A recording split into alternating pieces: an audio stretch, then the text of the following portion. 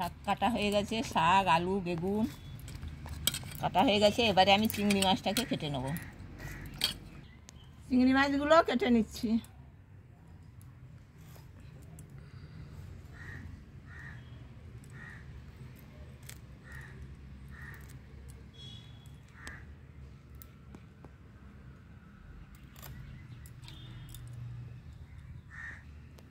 এই তো এই কটাই হলো, হয়ে যাবে, আর লাগবে না। চিংড়ি মাছে এই যে নুন হলুদ মাখি দিয়েছি।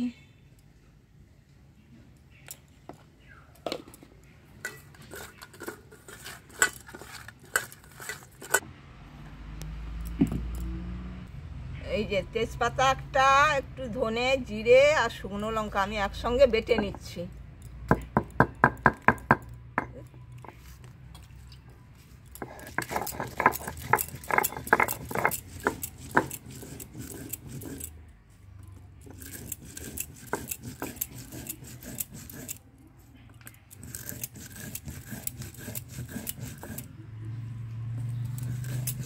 ওদিকে একটা ডগি এসে দেখ, তাড়া তাড়া তাড়া বলতে কিছু করবি না, তুই দাঁড়িয়ে যা, ভিতরে যেন না আসে, কামড়ে দেবে না হলে ওটা। মানে এখনকার দেহ সুদা সে আগের মতন কি যে জিরে ধনে বাটা খাওয়ার টেস্ট আলাদা কি?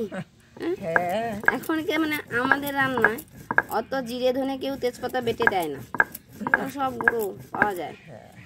কিন্তু সেই তোমাদের মানে আগে কি মা যা, যে আমার মাও যে রান্না করতে দেখতাম, জিরে ধনে তেজপাতা মশলা বলতে ওটাই। হ্যাঁ, আদা রসুনটা কম খাওয়া হতো, আদা রসুন খেতই না, সে রসুন বলতেই খাওয়া হতো না।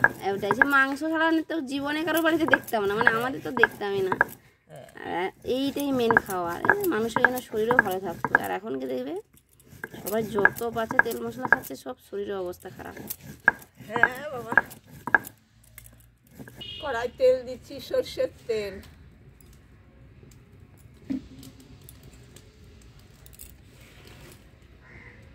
চিংড়ি মাছগুলো দিয়ে দিচ্ছি।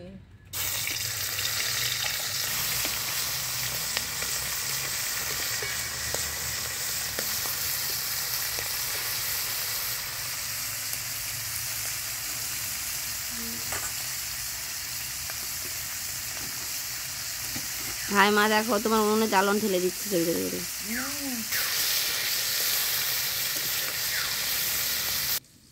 আমি এই মাছগুলো নিয়ে খেলি, দাদু এই খাল থেকে মাছ ধরে দিয়েছে।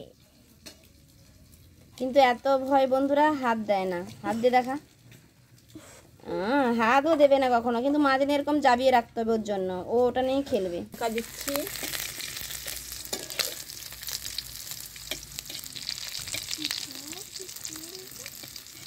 দাঁড়া, মাছগুলো দেখাচ্ছি, দাঁড়া এইখানে রান্না হয়ে যায়। ফোড়ন দিয়ে দিচ্ছি, পাঁচ ফোড়ন দেখাচ্ছি, দাঁড়া দেখাবো, দাঁড়া।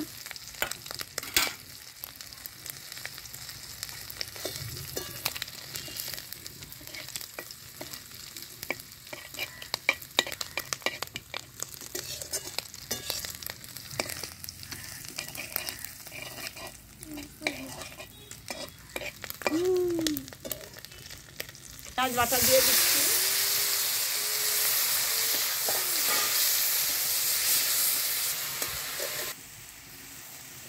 হলুদ দিচ্ছি।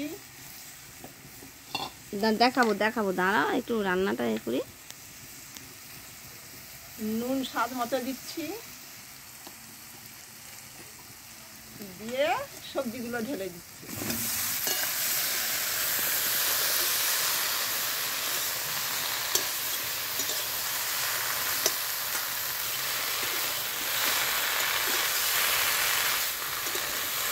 এবার নিয়ে এসে তোমার মাছ দেখাবো। ওখানে আপনাদের মাছ দেখাতে চাইছে, মানে কি মাছটাও বাস্তবে নিয়ে খেলা করে। আমরা খালে জাল দিতে যাই না, মাঝে মাঝে ওইখান থেকে মাছ ধরে দেওয়া হয়। এখন আরও জল ভরে নিয়ে চলে এসছে মগে দেখাবে বলে, কিন্তু কখনো হাত দেয় না বন্ধুরা। এই যে দেখুন, এই মাছগুলো বাস্তবে এগুলোকে পাত কইসা বলে, পাত কইসা। আরে এই যে আমার ছেলে তো হাত দিয়ে আপনাদেরকে দেখাবেই না। আজকে খালে জাল দিয়ে এই মাছগুলোই ধরা হয়েছিল।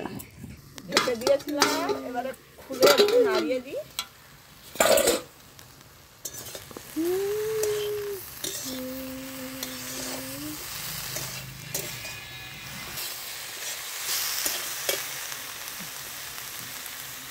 মশলাটা দিয়ে দিচ্ছি, বাটা মশলা। বাটা মশলাটা দিয়ে দিচ্ছি। এরকম খেতে কিন্তু দারুণ লাগে বন্ধুরা, মা অনেকবারই করেছে এরকম, তাই ভাবলাম পেট মাকে, ঠান্ডা হয়। হ্যাঁ মাকে যেন বললাম যে মা তুমি ওটা একবার করো, এখন তো হালকা গরম পড়ে গেছে। এই যে আমার মায়েরা বলতো যে শিল ধুয়ে রাখবি, ধুয়ে তরকারিতে দিবি, তবে নাকি টেস্ট ভালো হয়।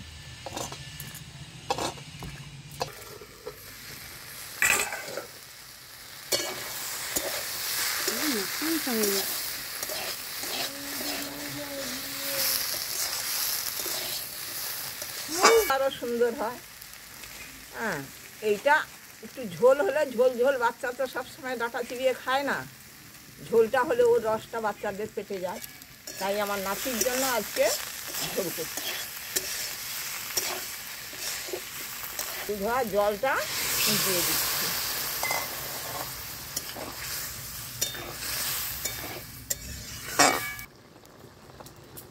আর একটু জল দিয়ে দিচ্ছি। এই যে বন্ধুরা দেখো আমার তরকারি একদম রেডি, একদম তরকারি রেডি। এবারে আমি ঢেলে নিচ্ছি।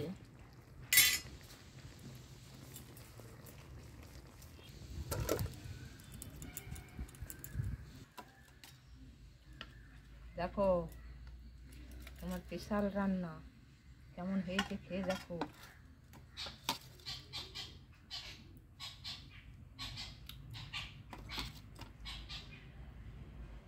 চিংড়ি মাছ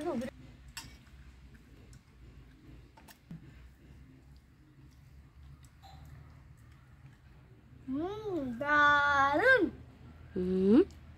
ভাতই খাওয়া হলো না, মাছই খাওয়া হলো না, ডাঁটা খেয়ে একটু ভাতকে বলে দিল দারুণ। সত্যি কি দারুণ হয়েছে? আমারই তো মনে হচ্ছে বাবা কখন খাবো কখন খাবো, তোমরা খাও তাড়াতাড়ি। খেয়ে দেখিস কেমন হয়েছে? ভালো ভালো। ভালো হয়েছে। তো ঠাম্মি তো আর বলতেই পারছে না, খেয়ে যাচ্ছে। আমি কখন খাবো বাবা? বন্ধুরা প্লিজ প্লিজ প্লিজ, মারা তো খেতেই থাকছে, আমার তো স্মেল এত ভালো লাগছে আমি থাকতে পারছি না। আপনারা প্লিজ ঝটপট করে চ্যানেলটাকে সাবস্ক্রাইব করে দিন, আর আমাদের পাশে থাকুন, আর বাবন আর মানে মা খেতে থাকুক। হ্যাঁ বন্ধুরা, তোমরা এইভাবে করে খেয়ে দেখো, আমাকে বলো কিন্তু কেমন হয়েছে। আমার তো খুবই ভালো লাগবে, আমি নিজে রান্না করে নিজে খাচ্ছি। এটা আবার কি কথা, নিজে রান্না করে নিজে খাচ্ছি? দারুণ হয়েছে চিংড়ি মাছটা।